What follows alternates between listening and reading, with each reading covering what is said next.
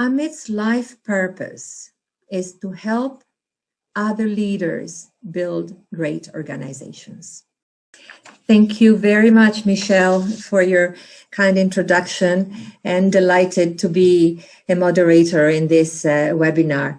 Thank you for hosting us on the Nano Wellbeing platform and for organizing this webinar on leadership. I'm sure it's going to be a source of new information for all of us, and especially inspiration for all of us. I join you in welcoming the participants, so many from a range of countries, India, Switzerland, Germany, Italy, Denmark, the UK, the US, South Africa, Singapore, Indonesia, Australia. We are really a global community. And if we are here today, it's because leadership is at the heart of what we are interested in.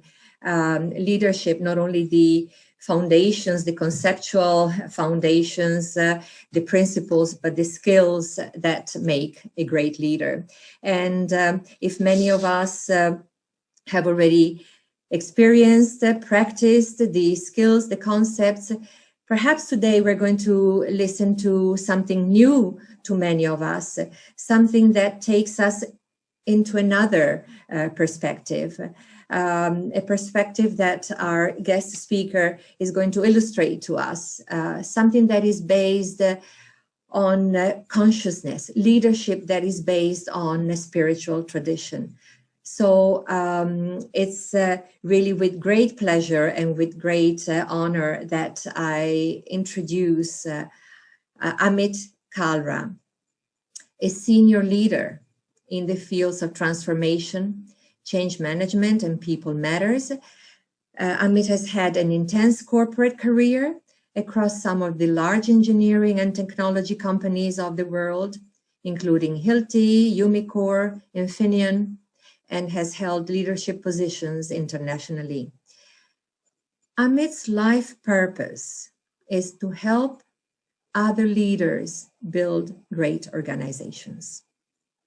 He frequently speaks on leadership, entrepreneurship, and organizational consciousness at various institutes and entrepreneurial forums, and is also a certified culture transformation practitioner from the Barrett Values Center in the UK.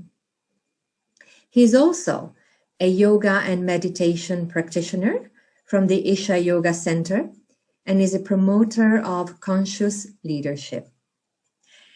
So, Amit, we are delighted to have you with us. And without much further ado, I hand it over to you for you to take us to the peak. And over to you, Amit. Thank you.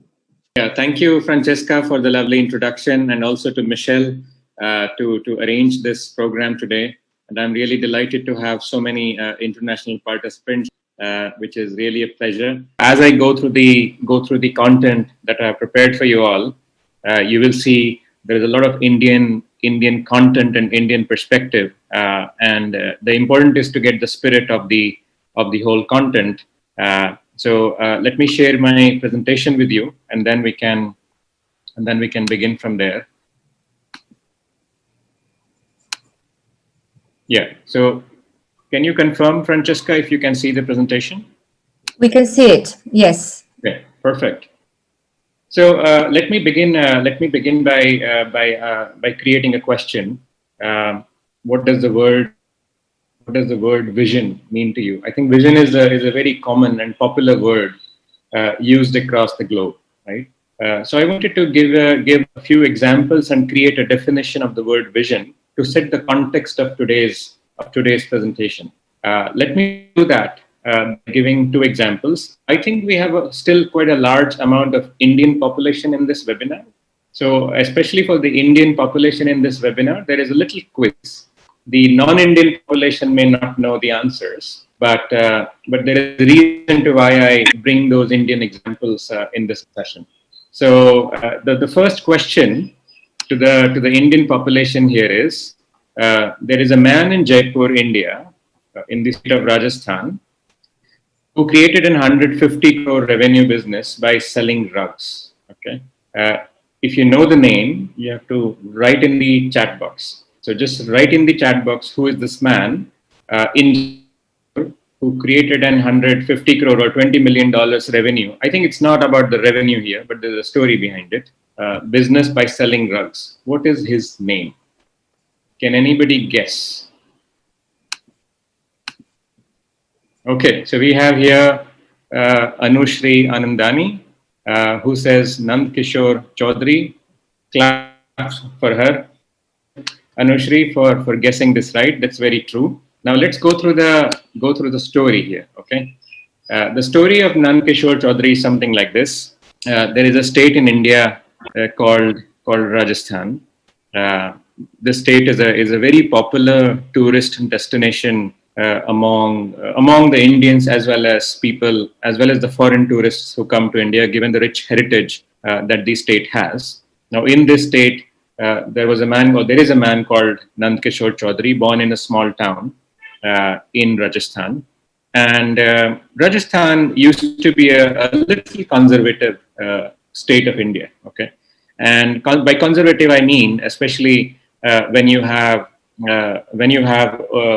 only daughters and no son, the community does not see it with a lot of appreciation.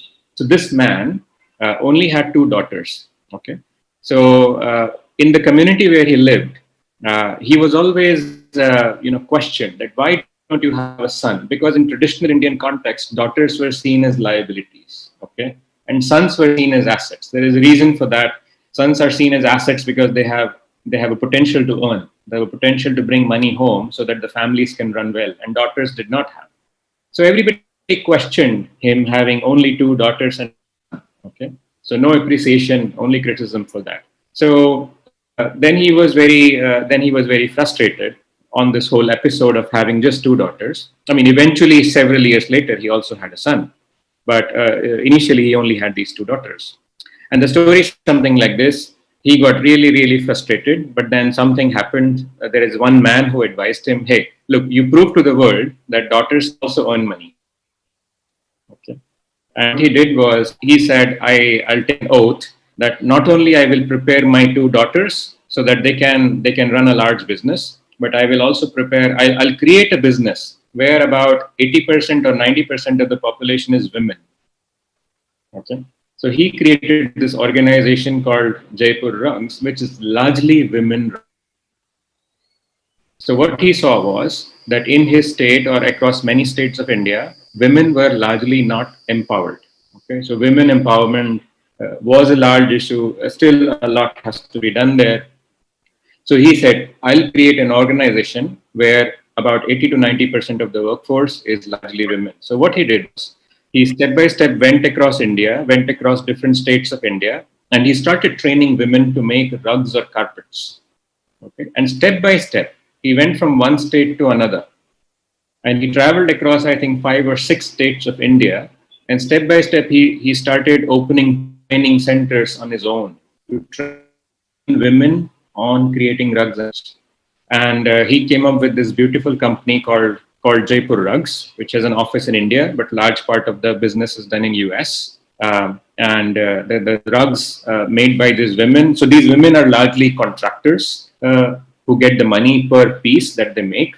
And overall, over the period of, I think, several years, he empowered about 40,000 rural women from India and created this company called Jaipur Rugs. Now, why I am giving this example? Because my initial question was, hey, what does the word vision mean? Okay. And the answer there is, see, vision means largely to see. It means largely to see how things are happening on earth. And what he saw was that these women are not empowered. Okay, so once you capture this vision, then you say, okay, these women are not empowered. Now they are in my vision. I want to change something about them. I won't let it go. I want to change something about them, and I want to walk on the path of changing something about them and fundamentally creating something very different for them. So that is the meaning of the word vision. So that's what I wanted to emphasize with this example. Now we go to the quiz number 2 now. There were two people who transformed the Indian dairy industry. What were their names? So if you know the answer, you can write in the chat box. There were two people who transformed the Indian dairy industry. What were their names? I think this must be known to the large part of the Indian population. So be quick. Okay. Ruchita Kabra says Dr. Kurian, Varghese Kurian. That's one name. There were two people. Kurian is obviously the more famous one, but there is another one. No guesses? Okay. I'll give you a hint. Yes. Okay. So Kamlesh Shinde says Mr. Patel. That's correct. So now we have so nobody answered the question completely, only partially. So no prizes for anyone. It's Dr. Kurian and Tribhuvan Das Patel. So let's look at their story. Their story is something like this: that in 1946, India was still under British rule. India became independent as a country in 1947. And there used to be a milk company called Polson operated in and around the village of Kaira in Gujarat. The company had a monopoly over milk processing and distribution. Farmers there were bound to sell milk to the company at arbitrary prices. In essence, farmers were being exploited. So Patel actually was the one who started this movement. So he saw, again, coming to the definition of the word vision, vision means to see. Patel saw that these farmers were being exploited. So he acted on the pain and created cooperatives. And he is known as the father of the cooperative movement in India. Cooperative is an interesting concept that exists in India and I think also in certain other parts of the world, where you gather people, you create a kind of a union, and then they create their own business out of it. So whatever profit is earned, collective profit is earned, and the collective profit is in a certain fashion distributed. Okay. So he created that movement so that the farmers don't have to be dependent on this Polson dairy and are able to create their own business in a way. And he's also known as the father of cooperative movement in India. So he then hired Kurian, who was a trained dairy technologist, who scaled up to what we know as Amul today. And as a result, the dairy farmers were empowered, and India became an exporter of dairy products instead of being an importer in the early 1960s. So what started in the late 1940s as a small cooperative stands at a turnover of about 38,000 crores today, or in US dollars today. Yeah.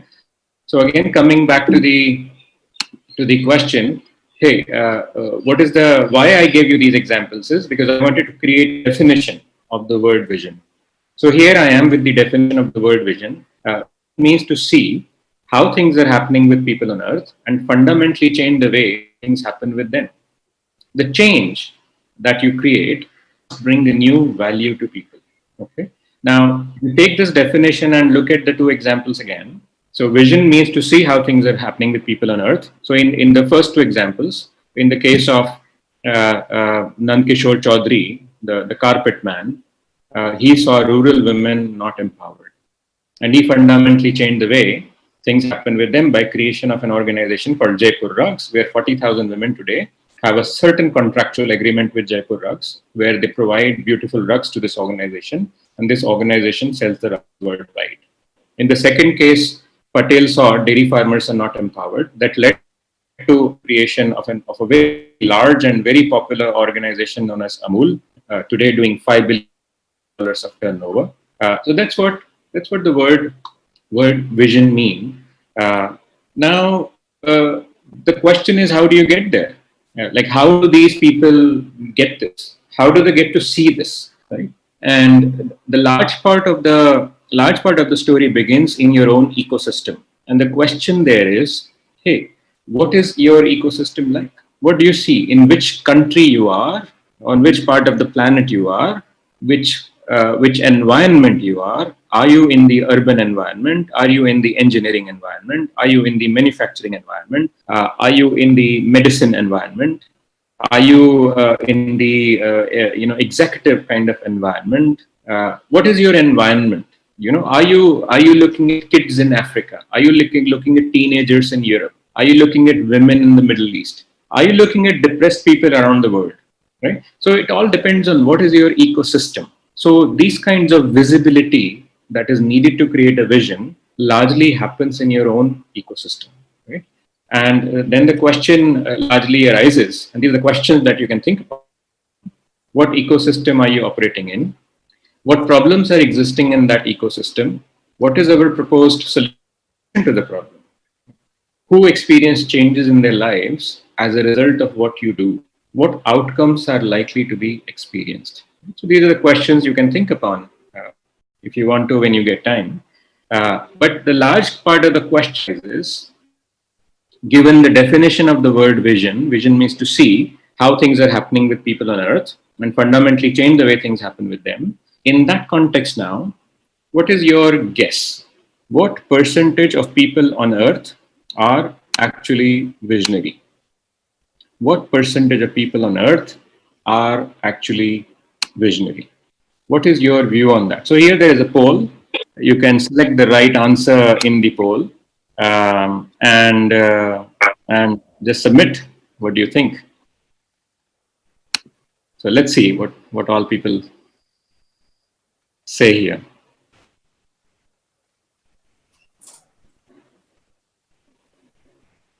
Okay, so I think we can end the poll, Michelle, now.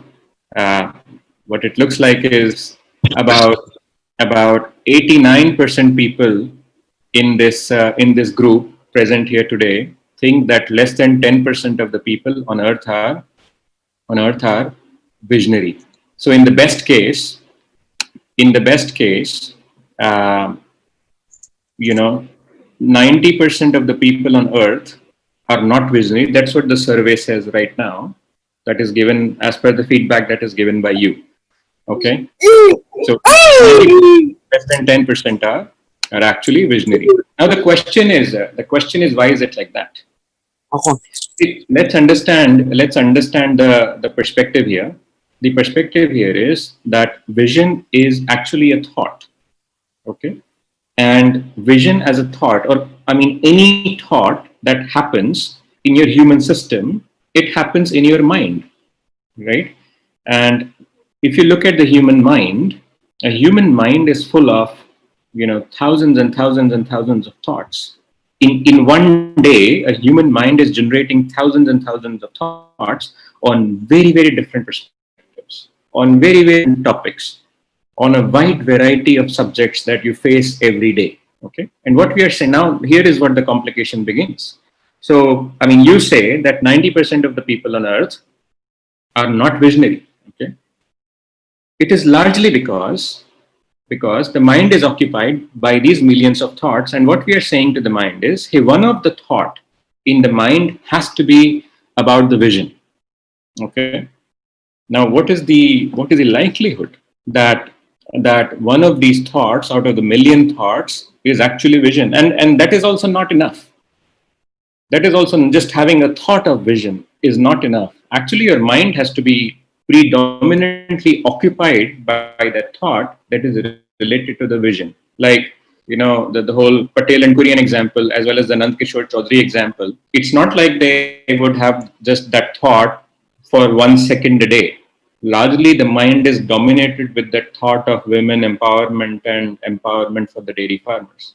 And it's only when the thought sticks around, then a sufficient concept gets generated, a sufficient action gets generated, a sufficient clarity gets generated.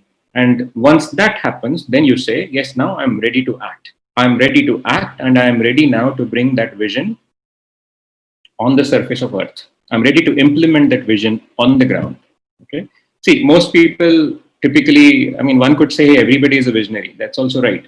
But largely what happens is, see, most of the population on earth is what is called as on and off visionary. On and off visionaries, yes, the vision appears. You see a certain situation in your external environment. Example, women being not empowered is a situation you see. Now that thought comes to your mind and it goes away. Maybe it comes on a nice Saturday evening dinner table conversation. You sleep, Sunday it's forgotten, and then it happens again. The next Saturday something else would come, Or maybe you're traveling somewhere, then something else would come, but then in the span of 2-3 days or a week, it's gone. It does not stick. Okay. Now, the question that arises is, see, we call a lot of these people visionary, right? Like Kurian, Patel, and Nand Kishore Chaudhary. There are hundreds and thousands of such examples worldwide. Now, why is it that in certain people's mind, the vision sticks, and in certain other people's minds, the vision does not stick? It just comes and goes. Okay, and that's what we are going to explore in the coming part of the presentation.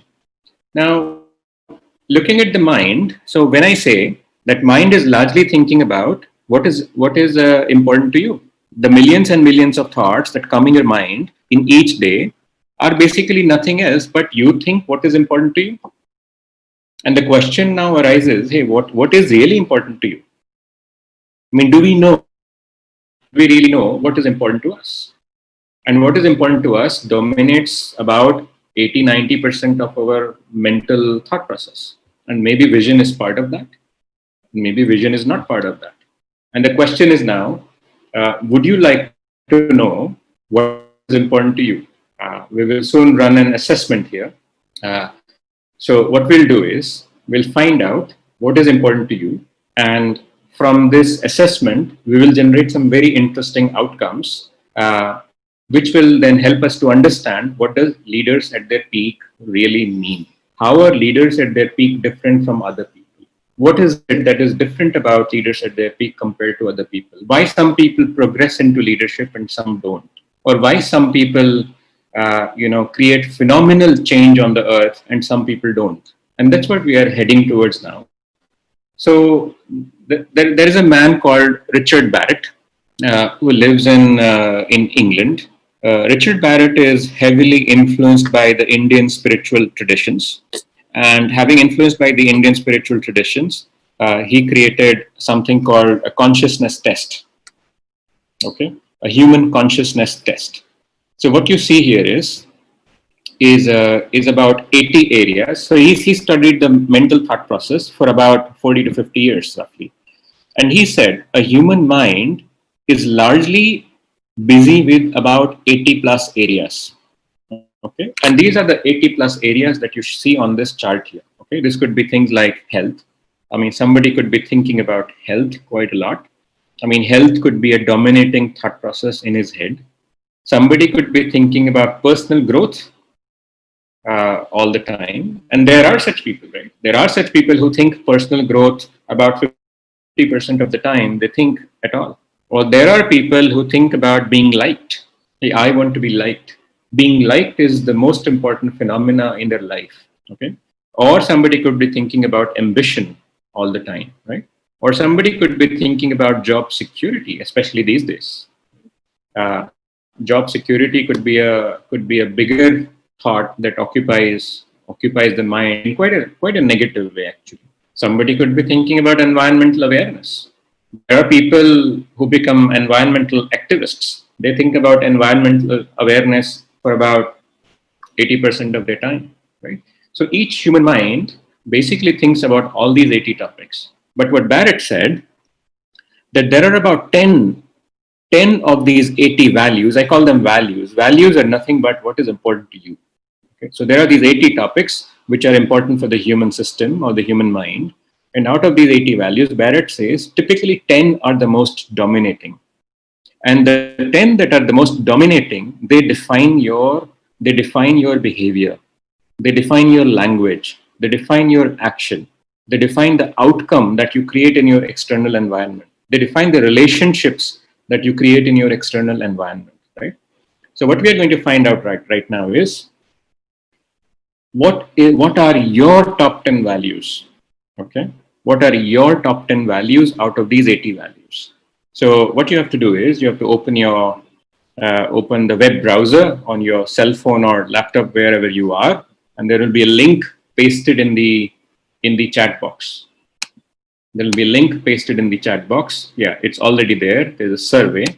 So what you have to do is you have to open the link, and you have to choose 10 values that are reflecting who you are in the current phase of life. Now, current phase does not really mean Corona phase, okay? Current phase means current phase of life, okay? So Thanks for doing your test.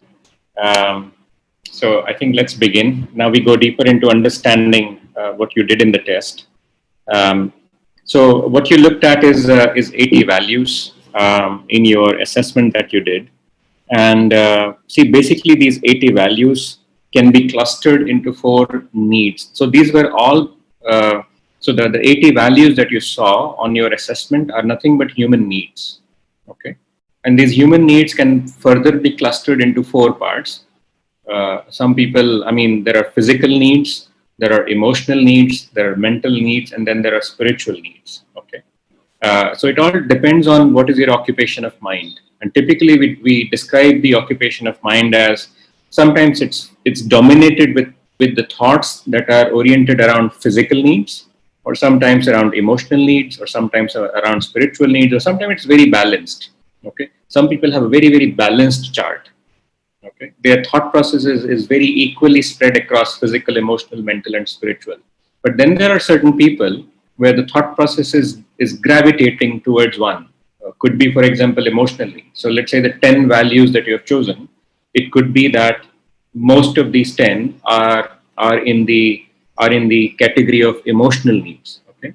And depending on where your values are gravitating, your behavior is different, your actions are different, your relationships are different, your external creations are very, very different. Now, what Barrett did was we said that there are 2 different paradigms of people depending on the occupation of the mind. Largely, the bottom triangle refers to as the paradigm which I call as Mr. Ambition. Okay. And the upper triangle refers to a paradigm which I call as Mr. Vision. Now, let's look at what's the difference between these 2 paradigms. See, Mr. Ambition largely has the thought process, I am the best in the world, or I want to be the best in the world. Mr. Vision has a different paradigm. He says, I want to offer my best to the world. Okay. Mr. Ambition has a focus on self, and Mr. Vision has a focus on common good. So largely what he sees is, Mr. Vision, what he sees is, hey, there is earth. On this earth, there are people. Among the people, there is a certain segment of the people that are part of his or my ecosystem. And the thought process is, hey, for this segment of people which are part of my ecosystem, that is within my imagination and within my reach of visibility, what can I do for them? Okay, what is it that needs to be done better for them? What is it that needs to be innovated for them to make their life better? Mr. Ambition is largely about himself. Mr. Ambition says, okay, me on this such a large Earth, large universe. There is a small planet called Earth. Now, on that small planet called Earth, there is a super small city wherever he lives. Let's say Mumbai, and in that city of super spec, he thinks he's the biggest man. He's the biggest man of the universe. So all of the thoughts are largely self-centric, where the Mr. Vision has all of his thoughts, which are about common good to others. Now, typically, sometimes you find people are very, very vision-centric. Sometimes you find people are very, very ambition-centric. Sometimes it's a mix of both. Okay. So what Barrett did was he very nicely explained what are these 7 levels. Okay. So what he calls them is nothing but 7 levels of consciousness. Consciousness is nothing but the quality of the thoughts that occur in your mind. With each level, the quality of the thoughts is very, very different. See, if your chosen values are largely in level 1, that means your mental thought process is largely stuck to survival processes.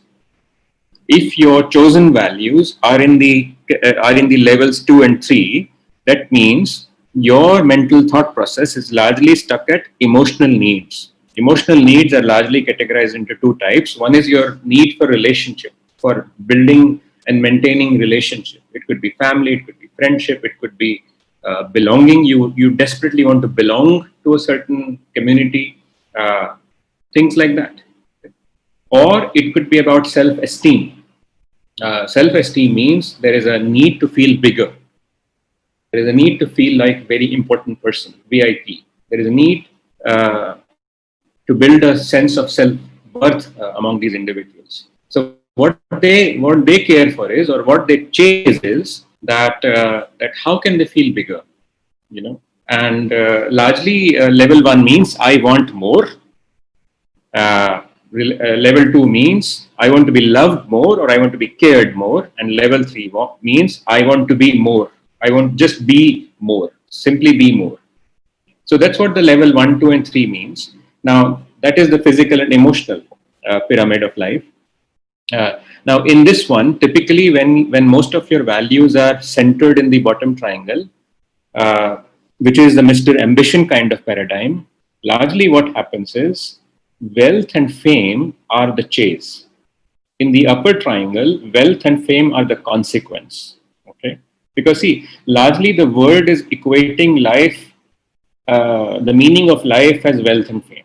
Okay, and in the bottom triangle, you are chasing wealth and fame. If your thought process is in the upper triangle, wealth and fame could be largely a consequence of your actions. Okay. Now, when you're chasing wealth and fame, largely what happens is it comes with a lot of insecurity. It comes with a lot of fear. It comes with a lot of stress. It comes with a lot of anxiety. Okay. And if your values are largely in the bottom triangle, or if you know people who have their values in the bottom triangle, you will see them easily becoming anxious. Okay. But then, as soon as the mental thought process is on level 4 is something called as a point of personal transformation. The question largely arises, hey, what does personal transformation actually mean? Personal transformation actually means when your mental thought process is getting, the physical and the emotional thoughts in your mind are reducing, and the spiritual thoughts in your mind are now starting to begin. Okay, so level 4 is the beginning point of physical and emotional reduction and spiritual activation. And level 4 is basically the point where your anxiety, your stress, your insecurities, your fears, it starts to reduce. And as soon as, see, the opposite of fear is courage. As soon as the fear goes away, naturally the courage happens in your human system. And when courage happens in the human system, you become an explorer. You start doing adventure. You start finding out more. You start learning more. You start continuously improving yourselves. You become a team player. You become very adaptable. Continuous growth and development is the core of your life at level 4. But then, once you've crossed above, once the mental thought process has gone above level 4, which is level 5, 6, and 7, that is when we call the spiritual activation has taken place. And it generally starts with level 5. Level 5 is the state of internal cohesion. Internal cohesion means when your body, mind, emotions, and energies are getting to now aligned. They are now synchronizing with each other. There's a good harmony between these 4 elements, the body, mind, energy, and emotions. And when that happens, that is what we call as internal cohesion. Now, typically, this type of person, he starts asking the question, hey, now what is the purpose of my life? He starts finding meaning in existence. See, somebody said there are 2 most important days in life. One is when you are born, and second is when you find out why you are born. And this is the process of finding why you are born typically happens when the human consciousness has reached or evolved to level 5, which is called internal cohesion. And see, internal cohesion in Indian language has a very beautiful word. In Indian language, internal cohesion is referred to as yoga. Yoga means a union. Yoga, we know yoga as an exercise, right? The body stretching exercise. Well, that's a method to get there. But in essence, yoga means a union. Yoga is a union of your body, mind, emotions, and energies. When that union happens, internal cohesion has happened. You become very powerful. And once you have internally aligned your system, then what happens is you start aligning your whole system with the external environment. That means now you have found the purpose. Now you want to implement the purpose on the surface of Earth. You want to implement your vision for the people of Earth. And that's now coming to the question that I asked before. Hey, what percentage of people on Earth are actually visionary?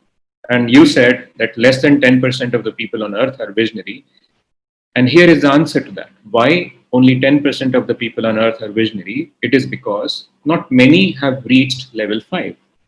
Most of the population of the Earth is between level 1 and level 4. Okay. There are very few people on Earth who have reached level 5 or beyond. And that is why, and vision actually appears at level 5. Vision actually appears when the internal system is now full in alignment. There is a certain integrity within your human system. There is certain peace within the human system. There is a certain authenticity that is generated within the human system. When that happens, your creativity, your passion are at their peak. Okay, all what you focus is, hey, what can I do? And you start, as you reach level 6, you start making a difference in the community. Once your internal cohesion has happened for a sufficient period of time, you go out and start making a difference in the community. And to make a difference, the first value that you need is empathy. Once you start empathizing with the large part of the population on earth, then you start defining problem statements. See, to make a difference, the first step you need is to frame a problem statement. Only once you've framed a problem statement, then you can bring a change.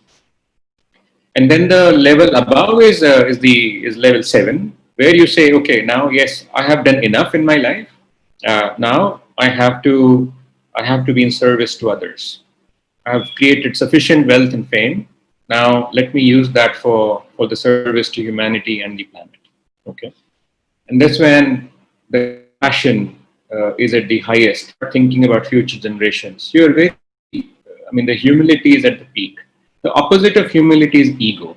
See, when you are on level 3, the ego is at the peak. But when you reach level 7, humility is at the peak. And there is a big difference between what you can create with humility and what you can create with your ego. Yeah. So these are the 7 levels of consciousness. The bottom triangle is called Mr. Ambition kind of paradigm. The upper triangle is called Mr. Vision kind of paradigm. Now, to explore further, now you can open your test. So I think you must have received an email with your test. You can open that email, and I think look on page number 4. On page number 4, you will see a similar figure that is shown on this slide with blue dots. Okay, so now take a moment to download that report. Look at page 4. Take a moment to look at the figure. It's a very important figure that you will see. So I'll give you a moment to do that, to download your email, to download the report in your email and open it. When you look at the figure, what you will notice is the 10 values that you have selected from the assessment that you did. These 10 values will be scattered across the 7 levels of consciousness.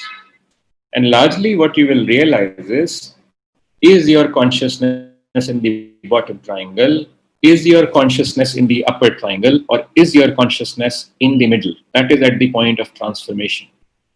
Yeah.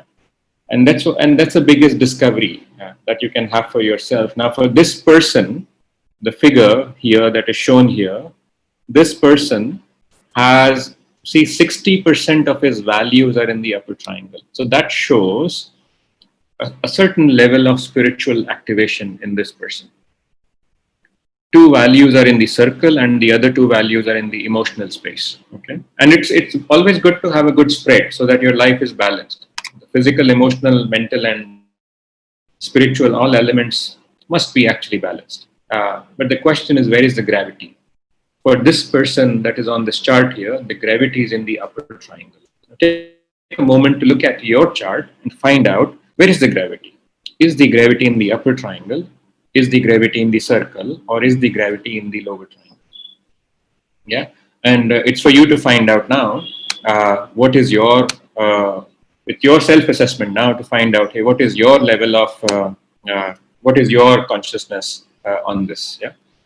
Now, to move ahead, crystal clear vision appears when values in the upper triangle are greater than values in the circle and the lower triangle.